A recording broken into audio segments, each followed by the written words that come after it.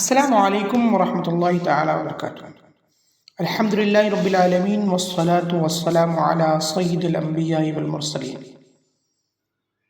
معزز سامعین و ناظرین، ہم جس عظیم دین کے پیروکار ہیں وہ دین اسلام ہے، اور دین اسلام ہم تک جس ذریعے سے پہنچا وہ ذریعہ ہے اصحاب رسول صلی اللہ علیہ وسلم، یعنی وہ پاکیزہ ہستیاں جنہوں نے نبی کریم صلی اللہ علیہ وسلم کی صحبت پائی، ان پر ایمان لائے اور دین کے لیے اپنے تن من دھن سب کچھ قربان کر دیا۔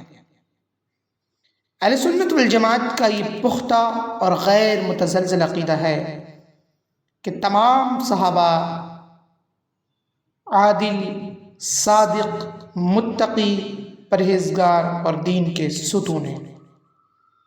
اللہ تعالیٰ نے سورہ توبہ کی آیت نمبر 100 میں یہ ارشاد فرمایا، اور مہاجرین و انصار میں سے جو سبقت لے گئے اور جو ان کی نقش قدم پر چلے، اللہ ان سے راضی ہوا اور وہ اللہ سے راضی ہوئے۔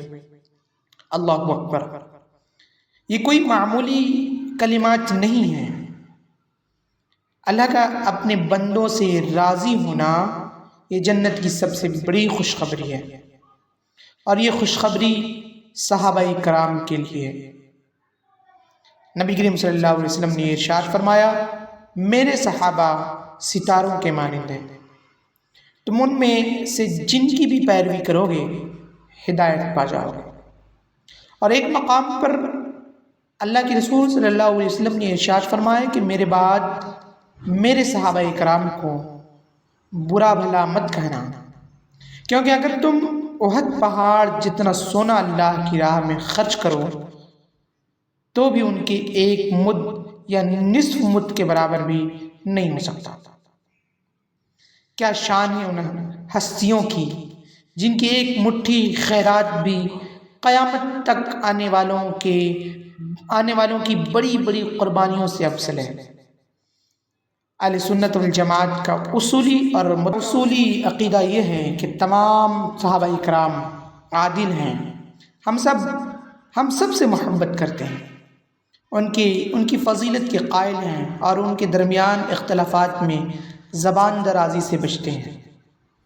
ہم نہ صرف خلفائے راشدین بلکہ تمام اہل بدر، اہل بیت رضوان، مہاجرین و انصار، تمام صحابہ کرام کو عزت عظمت کے مقام پر دیکھتے ہیں۔ اہل سنت والجماعت کے نزدیک صحابہ کرام کے درمیان فضیلت کے درجات ہیں۔ سیدنا ابو بکر صدیق رضی اللہ عنہ سب سے افضل انسان ہیں، افضل الانسان بعد الانبیاء۔ سیدنا عمر فاروق، سیدنا عثمان غنی، سیدنا علی المرتضی رضی اللہ عنہم، یہ چاروں خلفائے راشدین سب سے بلند درجے کے ہیں۔